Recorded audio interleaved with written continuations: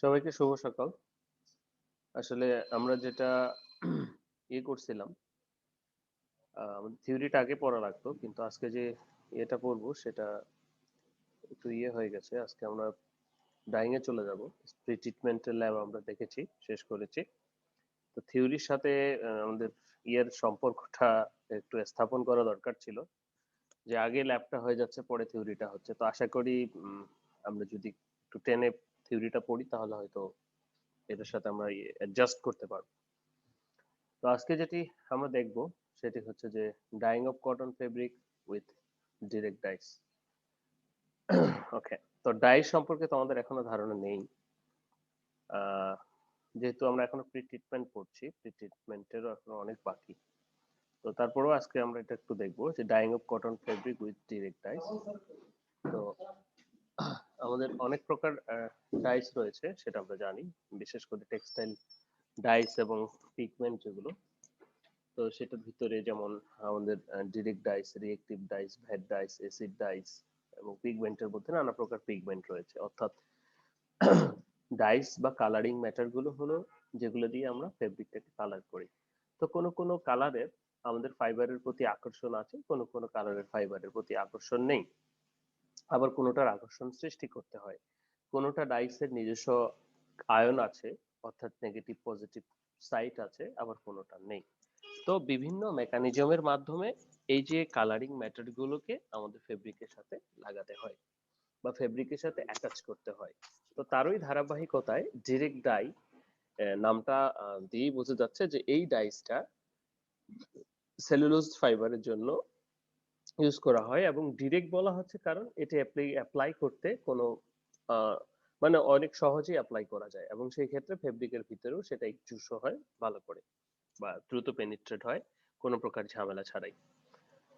ওকে, তো direct die সম্পর্কে তাহলে একটু জানবো। যেহেতু অনেক প্রকার ডাই আছে, তার ভিতরে একটা ডিরেক্ট ডাই, সেই ডিরেক্ট ডাই দিয়ে আমরা সাধারণত সেলুলোজিক ফাইবার গুলো ডাইং করে থাকি। তো সেইটা সম্পর্কে একটু জানা দরকার। তারপর এটার মেকানিজমটা জেনে তারপর এটা দিয়ে ডাইংটা একটু জানা দরকার আমাদের। তো প্রথমে যদি আমরা সেই ডিরেক্ট ডাই সম্পর্কে একটু জানার চেষ্টা করি, সেটা হচ্ছে যে direct dyes are the most versatile classes of dyes type applicable to cellulose, wool, silk and nylon fiber. Mostly যেটা করা হয় সেটা হচ্ছে সেলুলোজিক ফাইবারের জন্য। আমরা টেক্সটাইল র মেটেরিয়াল পড়েছি সবাই, এবং আজকে আমরা স্কাউরিং করে এসেছি উল, সিল্ক, নাইলন ফাইবারের। সো সেই সব ফাইবার সম্পর্কে সবার ধারণা আছে আশা করছি। These dyes have inert substantivity for cotton and other cellulosic fiber. Inherent substantivity মানে হচ্ছে কি, জন্ম থেকেই যে একজন গান পারে বা কারো গান ভালো লাগে, সেটা তার এমনি ভালো লাগা থেকে নয়, জন্ম থেকেই। কেউ ছবি আঁকতে পারে, মানে একটা হচ্ছে শিখে শেখা আর একটা হচ্ছে সে জন্ম থেকেই নিজস্ব বাই বার্থ, সেটাকে আমরা বলছি ইনহারেন্ট প্রপার্টিজ। তো ঠিক এরকম ডিরেক্ট ডাইটা আমাদের ইনহারেন্ট প্রপার্টিজটাই হচ্ছে যে সাবস্টেন্টিভ, মানে হচ্ছে সে কটন ফাইবার তথা সেলুলোজিক ফাইবারের প্রতি আকর্ষণ বোধ করে। This aqueous solution of dye contain represent electrolytes such as sodium chloride or sodium sulfate use করতে হয়। কারণটা হচ্ছে যে আহ, আমাদের অনেক প্রকার ডাইস ক্লাসিফিকেশনের ভিতরে ডিরেক্ট ডাইস হচ্ছে একটা অ্যানায়নিক ডাইস। অ্যানায়নিক ডাইস কেন বলছি, কারণ এই ডাই পার্টিকেলটা যখন পানিতে দিব তখন এই ডাই পার্টিকেলটার একটা নেগেটিভ চার্জের সৃষ্টি হবে, সেজন্য এটাকে অ্যানায়নিক ডাই বলছি। আবার আমাদের ক্যাটায়নিক ডাইও আছে, যেমন বেসিক ডাই। তো অ্যানায়নিক ডাই, এখন এই অ্যানায়নিক ডাইটা কি করছে, ফাইবারের সাথে বন্ড তৈরি করবে। তো এখানে আমরা এই বন্ড তৈরি করার জন্য ইলেকট্রোলাইট বলছি অথবা লবণ বলছি। ফ্যাক্টরিতে গেলে তোমরা একটা কথা শুনবে, সেটা সোজা কথা বলছে যে লবণ ইউজ করো। লবণ বলতে সেটা খাবার লবণ, সোডিয়াম ক্লোরাইড হতে পারে, সোডিয়াম সালফেট হতে পারে। তো ফ্যাক্টরিতে যেটা সে ব্যবহৃত হয় সোডিয়াম সালফেট বা গ্লুবার সল্ট বলা হয়, ম্যাক্সিমাম সবাই গ্লুবার সল্ট নামে পরিচিত। তো এখন এখানে এই লবণটা কি করছে আসলে, আমরা তো প্রথমে পেলাম ডাইটা হচ্ছে নেগেটিভ ডাই, পানিতে দিলে নেগেটিভ চার্জ শো করবে। এখন আমরা যখন স্কাওয়ারিং করছি আমাদের সেলুলোজিক ফাইবারটাকে, সেই সেলুলোজিক ফাইবারটাকে স্কাওয়ারিং করার ফলে, তো সেই সেলুলোজিক ফাইবারটা যখন ওয়াটারে ইমার্স করা হবে, সেই সেলুলোজিক ফাইবারটার ভিতরে একটা চার্জ গ্রো করবে, সেটা হচ্ছে নেগেটিভ চার্জ। ফাইবার সারফেসে একটা নেগেটিভ চার্জ থাকবে। তো এই ফাইবার সারফেসে যখন নেগেটিভ চার্জ থাকবে, so this negative charge of fibre surface and dye surface both are repels each other. তো তারা যখন নিজেদের রিপালস করবে তখন সেখানে আমার যে তাহলে কি আমরা জানি চৌম্বকের ক্ষেত্রে সমধর্মী চার্জ পরস্পরকে আকর্ষণ করে আর বিপরীতধর্মী চার্জ পরস্পরকে সরি উল্টো বলতেছি, সমধর্মী চার্জ পরস্পরকে বিকর্ষণ করে, বিপরীতধর্মী চার্জ পরস্পরকে আকর্ষণ করে। তো এখানে তাহলে দেখো তো ফাইবারেরও যদি নেগেটিভ চার্জ হয় এবং একই সাথে ডাইসেরও যদি নেগেটিভ চার্জ হয় তাহলে সেইটা কি হচ্ছে, এই দুই চার্জ পরস্পরকে রিপেল করলে ডাই পার্টিকেল তো দূরে সরে যাবে। আমাদের দরকার কি ডাই পার্টিকেল গুলো ফাইবারের ভিতরে প্রবেশ করবে, কিন্তু সেটা তো হচ্ছে না। তাহলে এই চার্জটাকে রিমুভ করার জন্য আমরা যে বস্তুটি ইউজ করছি সেটি হচ্ছে সল্ট বা ইলেকট্রোলাইট। তো সল্ট বা ইলেকট্রোলাইট কি চার্জে চার্জিত হচ্ছে, এখানে দেখো সোডিয়াম ক্লোরাইড বা সোডিয়াম সালফেট যেটাই বলি না কেন, Na+Cl- হচ্ছে। তো এই যে এখানকার Na+টা, তখন এই প্লাস চার্জটা এই ফাইবারের সাথে গিয়ে এই ফাইবারের সারফেসটাকে, এখানে প্লাস চার্জের আধিক্যটা বেশি, যার কারণে যেটা হচ্ছে এখানে আমার ফাইবার সারফেসটা তখন কি নিউট্রাল হয়ে যাচ্ছে। তখন এই নেগেটিভ চার্জ যুক্ত ডাই ফাইবারের দিকে যায় এবং ফাইবারের ভিতরে প্রবেশ করে, সেই জন্য কিন্তু আমরা সোডিয়াম ক্লোরাইডটা ইউজ করছি। তো ডাইসের ফাইবারের ভিতরে প্রবেশ করাটাকে ইকজুশন বলে, আমরা ডাইং ইন্ট্রোডাক্টরি পড়লে সেগুলো জানবো। Okay, so the light fastness of the dyeing with direct dyes of cellulosic fiber varies from poor to fairly good, although some complex direct with have light fastness. তাহলে দেখো ডাইসের সাথে অর্থাৎ ফাইবারের সাথে তাহলে এটা যে বন্ড করছে সেটা আয়নিক বন্ড করছে এবং একই সাথে হাইড্রোজেন বন্ড এবং আরো অন্যান্য বন্ডগুলি হয়ে থাকে সাধারণত। তারপরে আমাদের যে কোভালেন্ট বন্ড সেটা ফর্ম করে। তো ঘটনা হচ্ছে এখানে যে এইটার ডিরেক্ট ডাইসটার যেরকম সহজেই পেনিট্রেট হয় অর্থাৎ প্রবেশ করে ফাইবারের ভিতরে, ঠিক তেমনি সহজে কিন্তু এটা বের হয়ে যায়, যার কারণে এবং এটার সাইজটা বা মলিকুল সাইজটা কিন্তু খুবই ছোট। তো যার কারণে ঠিক ফাইবার যে সুইল হলেই ভিতরে প্রবেশ করে, ঠিক আবার ফাইবার সুইল হলেই বেরিয়ে যায়, এটা কিন্তু বড় একটা প্রবলেম। তো এটার lower fastness of wet treatments অর্থাৎ লোয়ার ফাস্টনেস প্রপার্টিস বা লাইট ফাস্টনেস এর ক্ষেত্রে ভালো প্রপার্টিস শো করে। কালার ফাস্টনেস টু অর্থাৎ লোয়ার ওয়েট ফাস্টনেস বলতে বোঝাচ্ছে আমরা একটা শেডকে ডাইং করার পর সেটা তোমরা যখন বাজার থেকে কোনো গেঞ্জি কাপড় নিয়ে আসো, ধোয়ার পরে দেখো না যে প্রচুর রং উঠতেছে, তখন বলো যেটা প্রচুর রং উঠতেছে, তার মানে কি সেইটার ফেব্রিক্সের যে ডাইটা সেটা ফাইবারের সাথে বন্ড হয়নি, খুলে পড়ে যাচ্ছে, বেরিয়ে আসতেছে, সেটাকে আমরা বলি যে লোয়ার ওয়েট ফাস্টনেস প্রপার্টিস। ওকে, আর যদি কোনো ডাইস না বের হয় তাহলে সেটা ভালো। তেমনি ভাবে সূর্যের আলোকের প্রভাবে যখন আমার ফেব্রিকের কালারটা ফেড হয়ে যাচ্ছে সেটাকে আমরা লাইট ফাস্টনেস প্রপার্টিস বলি। তাহলে যেটার সূর্যের আলোর প্রভাবে যে কালারটা ফেড হবে না, জ্বলে যাবে না, সেটা ভালো। তো এই ক্ষেত্রে লাইট ফাস্টনেস প্রপার্টিসটা আমার ডিরেক্ট ডাইসের ক্ষেত্রে ভালো, কিন্তু আমাদের ডাইসের ক্ষেত্রে, এই ডাইসের ক্ষেত্রে ওয়েট ফাস্টনেস প্রপার্টিসটা খারাপ। কেন? কারণটা হচ্ছে যেহেতু তার মলিকুল সাইজটা ছোট এবং সেটা সহজেই ভিতরে প্রবেশ করে এবং বেরিয়ে আসতে পারে সেজন্য। Okay, so various treatment after dyeing improve the fastness of washing. বিভিন্ন প্রকার ট্রিটমেন্ট করা হয় যেন এই ফাস্টনেস প্রপার্টিসটা ইমপ্রুভ করে। সো যেমন surface test, light fastness surface treatment করে করা হয়। Invariably causes change in hue that makes shade correction and more difficulties, এটার ক্ষেত্রে শেড কারেকশন করাটা, and direct dye generally cannot meet, মোটামুটি এখন করা হয় না যেহেতু রিয়েক্টিভের আধিক্য বেড়ে গেছে।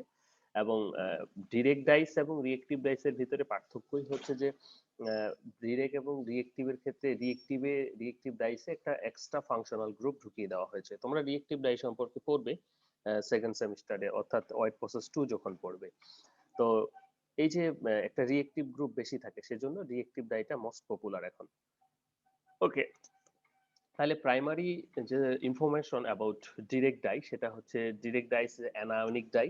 এটাকে যখন পানিতে দিব তখন সেটা নেগেটিভ চার্জ ফর্ম করবে এবং একই সাথে ফেব্রিক স্কোয়াড প্লিস ফেব্রিককে যখন পানিতে ইমার্স করব, they also produce negative charge. Both negative charge repels each other. To reduce this charge we use electrolyte or Glauber salt, and যখন এই চার্জটা চলে যাবে তখন ইকজুশনটা হবে।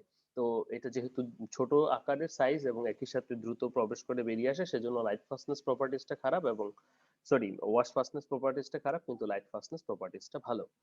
ওকে, সো নাও এই কেমিস্ট্রিটা আমরা পুরোটাই পড়বো, আবার ভালো করে ডিপলি পড়বো যখন আমরা এটার থিওরিটা পড়বো। তো সেটাই বলছিলাম যে একটু ইয়ে হয়ে গেছে, সমস্যা হয়ে গেছে, অর্থাৎ থিওরিটা পড়েই ল্যাবটা করা লাগতো, কিন্তু আমাদের এখানে ইয়েতে আগে চলে আসছে, দেখি এই গ্যাপটা পূরণ করা যায় কিনা। আমি অবজেক্টিভসটা কি, to know about the direct dyeing process সম্পর্কে জানা, to know different chemical and auxiliaries যেগুলো ডিরেক্ট ডাইংস এর ক্ষেত্রে ব্যবহৃত হয়, এবং একই সাথে to know different parameters in dyeing with the direct dice.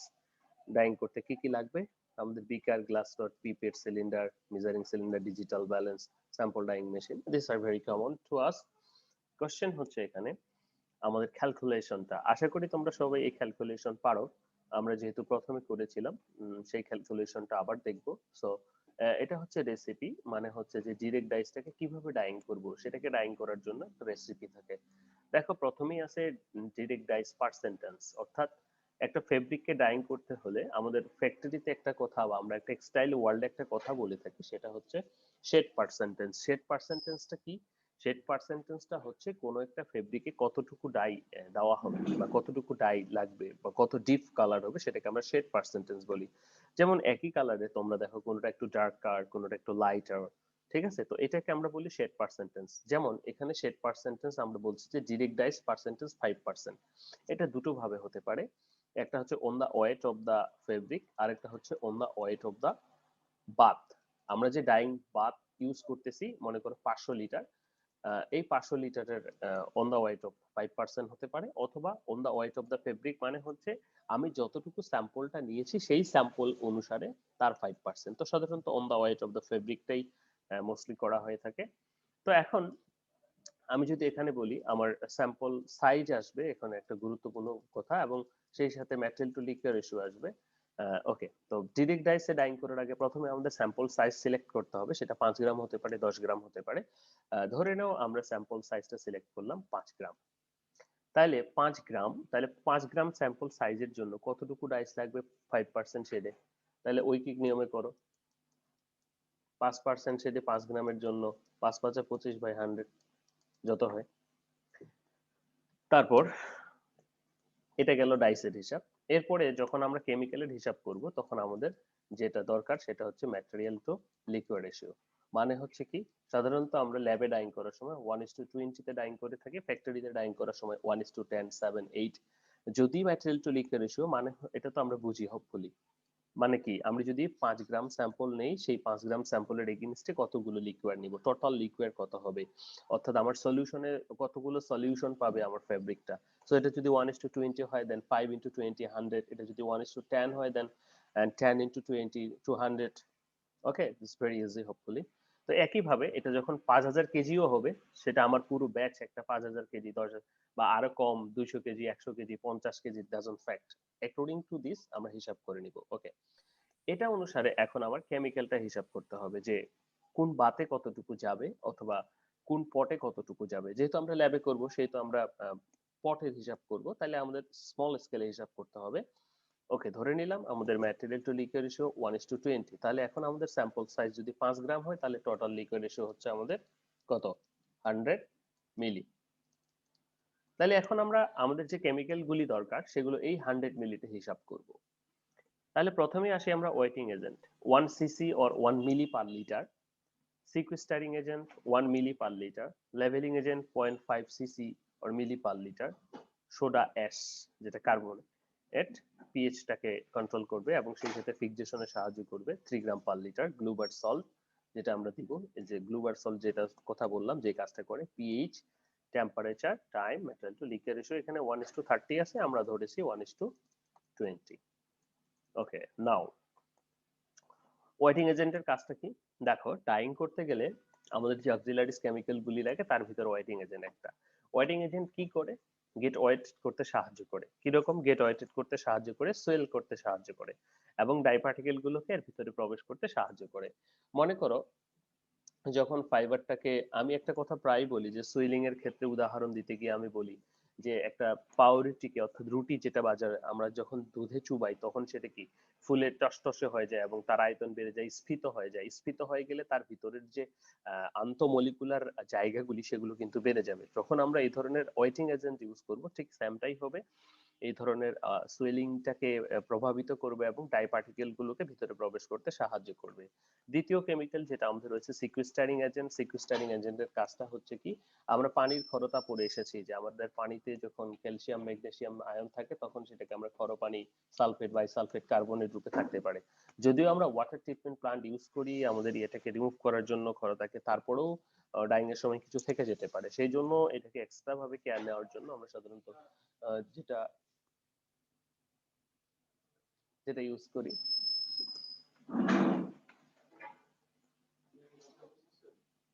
হ্যাঁ, আমি আসতেছি স্যার, শেষ করে আসি স্যার। ঠিক আছে, ওকে। তো যেটা আমরা করি তাহলে কি হচ্ছে যে সিকুয়েস্টারিং এজেন্ট যে আমাদের পানি খরতাটাকে দূর করছে। ওকে, দেন লেভেলিং এজেন্ট। লেভেলিং এজেন্টটা কিরকম এর আগেও বলছিলাম কিনা জানি না। তাহলে পানির খরতা দূর করছে সিকুয়েস্টারিং এজেন্ট। লেভেলিং এজেন্টের কথা আসি যে আমাদের লেভেলিং ডাইসের ক্যারেক্টারিস্টিক্সটা প্রায় আমাদের ক্যারেক্টারিস্টিক্স এর মতোই বাঙালির। মনে করো কোথাও খিচুড়ি বিতরণ করা হবে, তো খিচুড়ি বিতরণ, ফ্রি খিচুড়ি পাইলে বাঙালি নাকি আলকাতরাও খায়। তো দেখা গেল যে ওই খিচুড়ি বা এ ধরনের কোনো কিছু বিতরণ করা হবে, তো দেখা যাচ্ছে যে সবাই হুমড়ি খেয়ে উপচে পড়ছে। তো সেখানে যদি সেই একটা ঘরের দরজায় যদি তখন দুটো আর্মি অথবা দুটো পুলিশ অথবা দুটি চৌকিদার দাঁড় করিয়ে দেওয়া হয়, তখন কিন্তু সবাই লাইনে দাঁড়িয়ে একটা একটা করে খিচুড়ি নিবে, তাই না? তো ডাইসের ক্ষেত্রে ঠিক সেরকম ফেব্রিকের গায়ে তারা হুমড়ি খেয়ে এক্সিকিউশন হতে চায়। তো যার কারণে তখন কি হয়, আনলেভেল আমাদের যে ডাইসের ইনজেকশনটা হয়, অর্থাৎ ডাইস গুলো ফেব্রিকের গায়ে আনলেভেল ভাবে ডিপোজিট হয়। তো এটা থেকে রক্ষা করার জন্য আমরা তখন এই ধরনের দুইজন চৌকিদার রাখি, যাদেরকে আমরা লেভেলিং এজেন্ট বলছি বা রিটার্ডেন্ট এজেন্ট বলছি, যারা কি করছে আমাদের এইটাকে ইয়ে করছে, অর্থাৎ লেভেল ডাইং ইনশিওর করছে, সেজন্য সেটাকে আমরা লেভেলিং এজেন্ট বলছি। এরপরে যদি আমরা আসি সোডা অ্যাশ, সোডা অ্যাশটা সাধারণত আমরা ইউজ করি প্রথমত বাইন্ডিংস এর জন্য, অর্থাৎ ডাই এবং ফাইবারের ভিতরে বন্ডটা গঠন করার জন্য, এবং দ্বিতীয়ত হচ্ছে যে আমাদের ইয়েটা করার জন্য, অর্থাৎ মিডিয়াটা, অ্যালকালাইন মিডিয়াটাকে মিট করার জন্য। যেহেতু আমরা পিএইচ এখানে আমরা দেখেছি যে আমাদের পিএইচটা হচ্ছে 10 থেকে 11, 10 থেকে 11 পিএইচ স্কেল মানে ক্ষারীয়। এরপরে আমরা ইউজ করছি সোডা অ্যাশ, এটা বললাম। গ্লুবার সল্ট, গ্লুবার সল্টের কাজ তো আমরা জানি যে সারফেস স্টার্চটাকে রিমুভ করে দিবে। টেম্পারেচার 70 থেকে 100 ডিগ্রি সেন্টিগ্রেড বা 90 ডিগ্রি সেন্টিগ্রেড করা যাবে। টাইম সাধারণত ল্যাবরেটরিতে আমরা 1 ঘন্টা বা এরকম করে থাকি। মেটাল টু লিকুইড রেশিও তো জানি। এ হচ্ছে আমাদের টোটাল কথাবার্তা। এখন আসবো ক্যালকুলেশনে। ক্যালকুলেশনে যদি আমরা দেখি আমাদের টোটাল লিকুইড রেশিও 100 মিলি, তাহলে এখন আগের যে ক্যালকুলেশন ছিল সেটার মতো করে বের করব। তাহলে এখানে কি আছে, ওয়েটিং এজেন্ট 1 গ্রাম পার লিটার। 1 গ্রাম পার লিটার মানে কি, আমরা ঐকিক নিয়মে যদি সহজ করে করি তাহলে মানে হচ্ছে 1 গ্রাম থাকবে। তাহলে প্রতি গ্রামে কত থাকবে, 1/1000 প্রতি মিলিতে। ওকে, এখন প্রতি মিলিতে যেটা থাকছে, তাহলে আমার 100 মিলির জন্য কত হবে, তাহলে কি 100/1000, তাহলে কি হবে, এই 2 শূন্য কেটে যাবে, 1/10 সমান সমান 1, তাই না? তো একইভাবে আমাদের বাকিগুলো মেজার করতে হবে এইভাবে, তাহলে 0.1, বাকিগুলো যতগুলো এক আছে। লেভেলিং এজেন্টের ক্ষেত্রে যদি আমরা দেখি, লেভেলিং এজেন্ট হলো 0.5। একইভাবে 0.5ও যদি আমরা বলি যে 1000-এ থাকবে কত, 1000-এ থাকবে 0.5, খুবই সহজ। এবং একে কত থাকবে, আর আমার এখানে টোটাল লিকুইড কত 100, তাহলে 100-এ কত থাকবে, তাহলে কি হবে 0.5 গুণন 100/1000।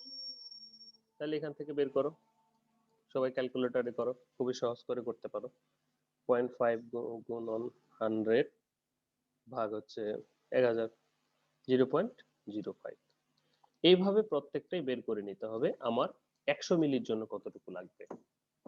তারপরে আছে সোডা অ্যাশের পরিমাণ যদি আমরা বের করি কত, 3 গ্রাম পার লিটার। তাহলে 3 গুণন 5/100, সরি 3 গুণন 100/1000। আবার 4 এর জন্য একইভাবে 4 গুণন 100/1000, মানে কি 100 মিলিতে কতটুকু লাগবে সেটা বের করতেছি। করার পরে আমরা কি করছি, এখন এটা আমরা প্রত্যেকটা পটে যে পরিমাণ পেলাম সেটা মেপে মেপে দিব, 100 মিলি ওয়াটারের ভিতরে বাকিগুলো মেপে মেপে দিব। এখন কোশ্চেন হচ্ছে যে এই যে 0.1 পরিমাণ তো মাপা সম্ভব নয়, সেজন্য আমরা স্টক সলিউশন করব। স্টক সলিউশনের কথা তোমাদেরকে এর আগেও বলেছি। তো এটা আজকে আমি হোম টাস্ক দিব। এই যে ক্যালকুলেশনটা এখানে আছে, এই ক্যালকুলেশনটা করে তোমরা আগামী দিন আমাকে প্রেজেন্ট করবা। দেন সেখানে যদি কোনো প্রবলেম হয়, কোনো ডিফিকাল্টিজ রাইজ করে, আমরা সেটা নিয়ে ডিসকাস করব। তো আমরা যখন স্কোয়ারিং বুঝিয়েছিলাম, তো তখন আমি এই ক্যালকুলেশনটা বুঝিয়েছিলাম। আশা করি সেটা তোমাদের অনেকের মনে আছে অথবা নেই।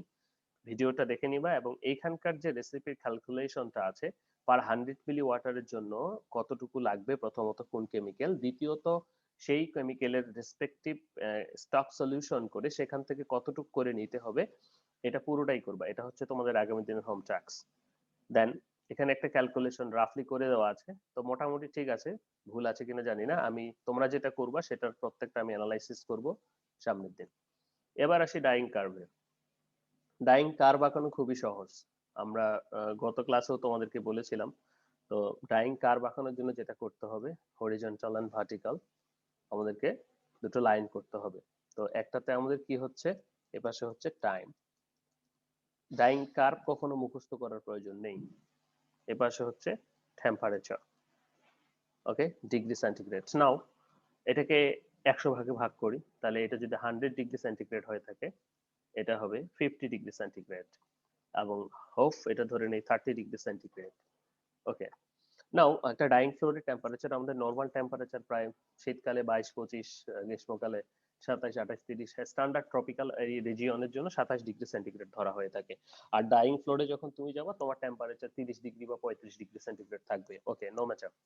ধরে নিলাম আমাদের টেম্পারেচার 30 ডিগ্রি সেন্টিগ্রেড। আমরা কি করব, প্রথমে ম্যাটেরিয়াল এবং water required amount of water load দিব মেশিনে।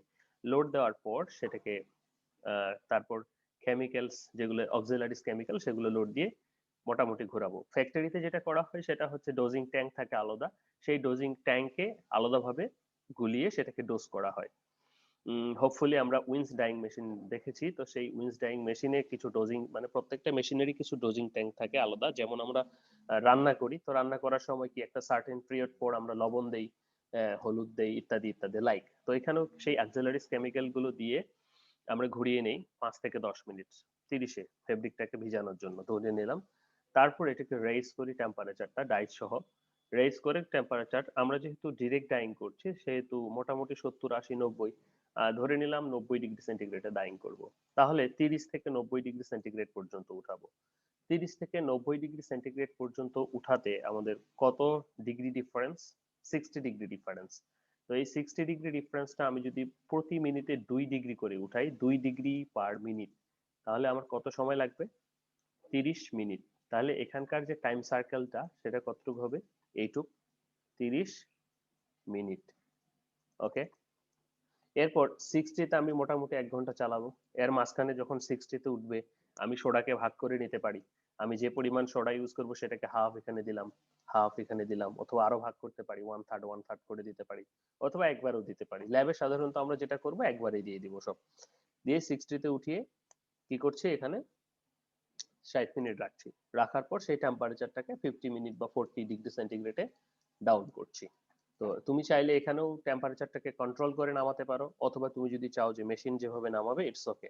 তাহলে একইভাবে 90 ডিগ্রি সেন্টিগ্রেড থেকে 40 ডিগ্রি সেন্টিগ্রেডের পার্থক্য 50 ডিগ্রি সেন্টিগ্রেড। তো এখানে যদি তুমি 2 ডিগ্রি পার সেন্টিগ্রেড নামাও, তাহলে তোমার এখানে লাগবে 25 মিনিটের মতো। তাহলে এইটুক তোমার হচ্ছে কত, এইটুক হচ্ছে তোমার এখান থেকে এইটুক 60 মিনিট।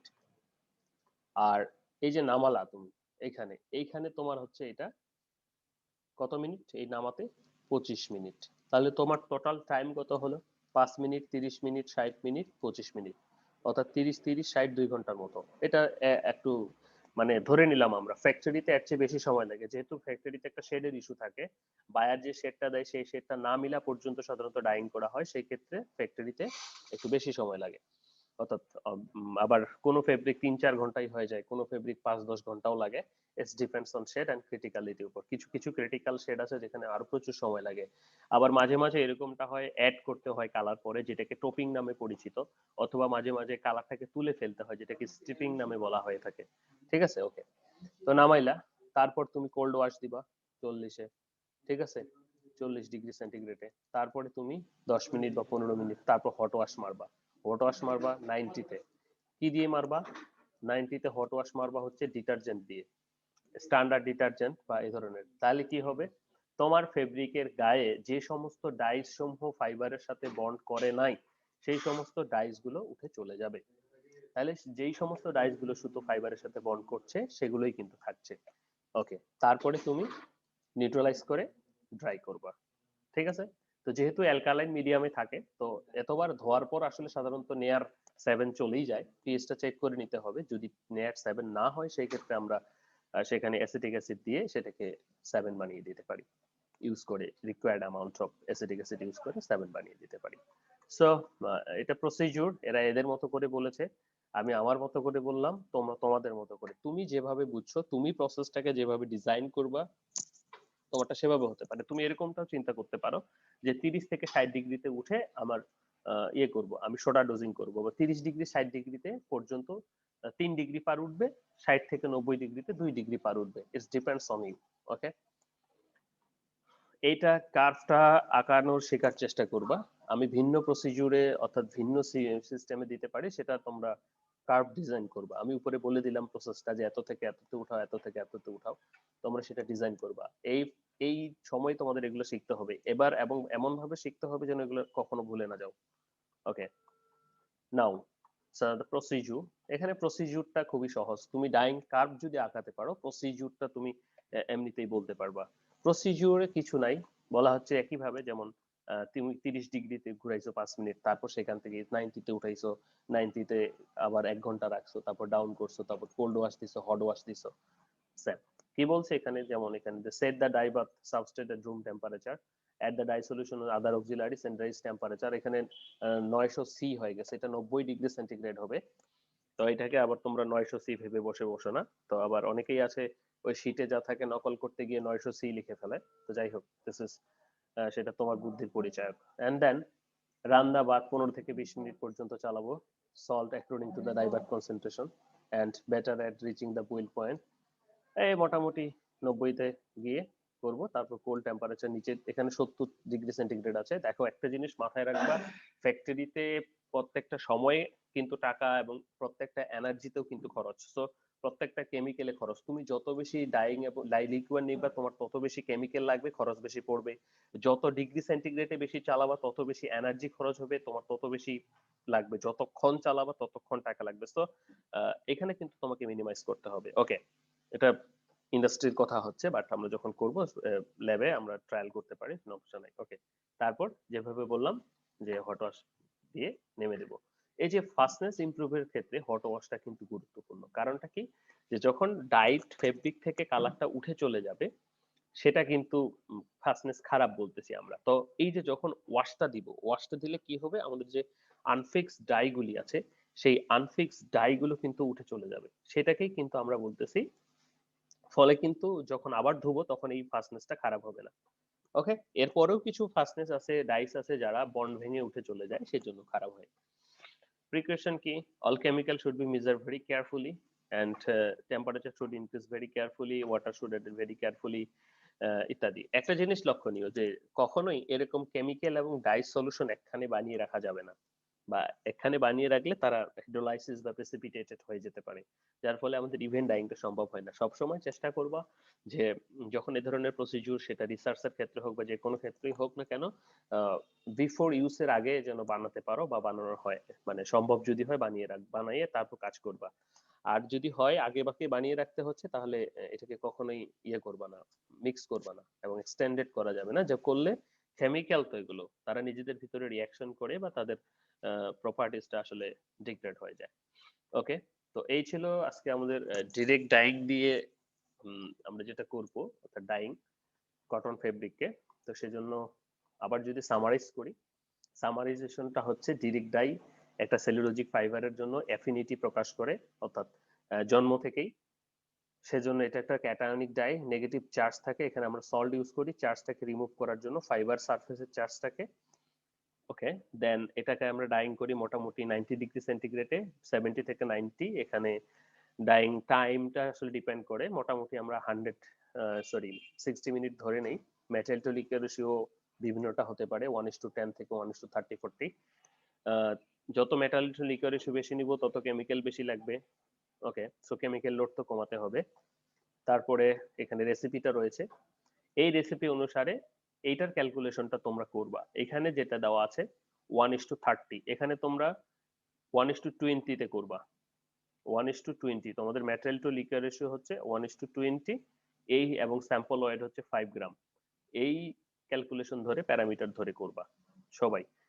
আর একটা করতে পারো একই না করে 1:20 থাকুক, স্যাম্পল সাইজ হচ্ছে 10 গ্রাম, স্যাম্পল সাইজ হচ্ছে 10 গ্রাম। এই দুটো কাজ তোমরা যে কোনো একটা রেসিপি ফলো করে, মানে এই রেসিপিটাকে ফলো করে 1:20 অথবা 1:20তেই 5 গ্রাম অথবা 10 গ্রামের যে টোটাল ক্যালকুলেশনটা, সেই ক্যালকুলেশনটা করবা। এটা আমি সামনের দিন দেখব। এখন এটার ভিতরে যদি কোনো কিছু জিজ্ঞাসা তো থাকাই উচিত, থাকে বা কোথাও ক্লিয়ার না হলে বলো, অথবা নোট করে রাখতে পারো, পরবর্তী ক্লাসে আবার আমরা যেখানে প্রবলেমগুলি হচ্ছে সেটা নিয়ে আলোচনা করব। Please speak out.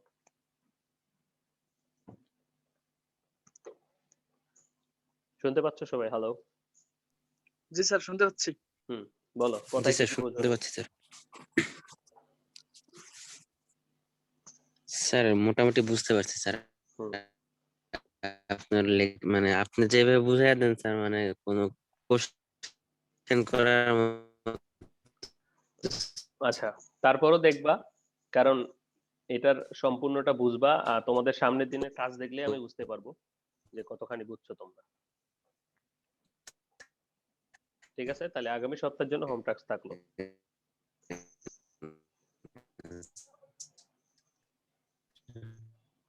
কথা বোঝা যাচ্ছে না, কেটে যাচ্ছে, ভালো করে বলো।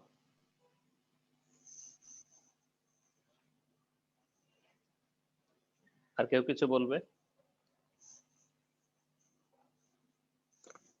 প্রশ্ন না থাকার মানে দুটো, হয় সব বুঝে গেছো, না হয় কিছু বোঝো নাই, তবে সব বোঝা তো সম্ভব নয়।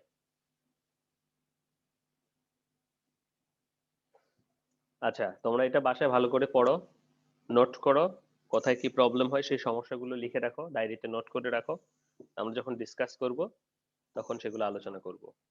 তোমরা এটার প্রতি সময় না দিলে কিন্তু ওয়ার্ড প্রসেসিং বোঝা যাবে না। ওয়ার্ড প্রসেসিং সময় এখন থেকে বোঝার সময়। পরবর্তীতে যখন উপরে উঠবা তোমাকে কিন্তু কেউ এগুলো ধরে ধরে বোঝাবে না যে এত পার্সেন্ট কেমিক্যাল নিলে এত কিছু হবে, এটা এইভাবে করতে হয়, এভাবে করতে হয়। ঠিক আছে? ফ্যাক্টরিতে যখন যাবা, এগুলো বেসিক, ফ্যাক্টরিতে যখন যাবা এগুলো কেউ কিন্তু বলে দিবে না। ঠিক আছে? আর একটা জিনিস যেন তুমি আগে থেকে জেনে যাও, ফ্যাক্টরিতে গেলে তখন তুমি যদি কমন পড়ে তোমার তোমার ভালো লাগে না, পরীক্ষায় যখন তুমি আগে থেকে পড়ে যাও সেটা কমন পড়ে লিখতে ভালো লাগে। স্যাম, যখন তুমি এই প্রসিডিউর গুলি এই এগুলো সম্পর্কে জেনে যাবা তখন ভালো লাগবে, ল্যাবে করে যাবা, তখন ওখানে গিয়ে মনে হবে যে ও এটাই, এটা তো একটু ভাস্ট আকারে, এই তো, আর কিছু না। জি স্যার, এমনিতে ল্যাবে করলে এই বিষয়টা আরো অনেক ক্লিয়ার হয়ে যাবে আর কি স্যার। এখন আমরা সবাই আসলে সিচুয়েশনের কি বলবো, যে সিচুয়েশনের শিকার। আশা করি তাড়াতাড়ি সব ঠিক হবে। স্যার এই সেমিস্টার যদি অনলাইনে শেষ হয়ে যায় তাহলে তো আর আমরা সরাসরি করতে পরের পারতেছি না। সেমিস্টারে এসে করবা, সমস্যা তো নাই, তোমাদের কাজ করলে তো আর কেউ মানা করবে না, বা আমি তোমাদেরকে অবশ্যই স্বইচ্ছায় কাজ করাতে আগ্রহী। এবং তোমার আগের ব্যাচেও রয়েছে কিছু, তারা সবাই যদি করতে চায় কোনো সমস্যা নেই। দরকার হলে ল্যাব উইক করবো আমরা, নো প্রবলেম। জি স্যার, না করলে অনেক কিছু পিছিয়ে যাবে। হুম, সবাই হয়তো আগ্রহী হবে না, কেউ হয়তো হবে।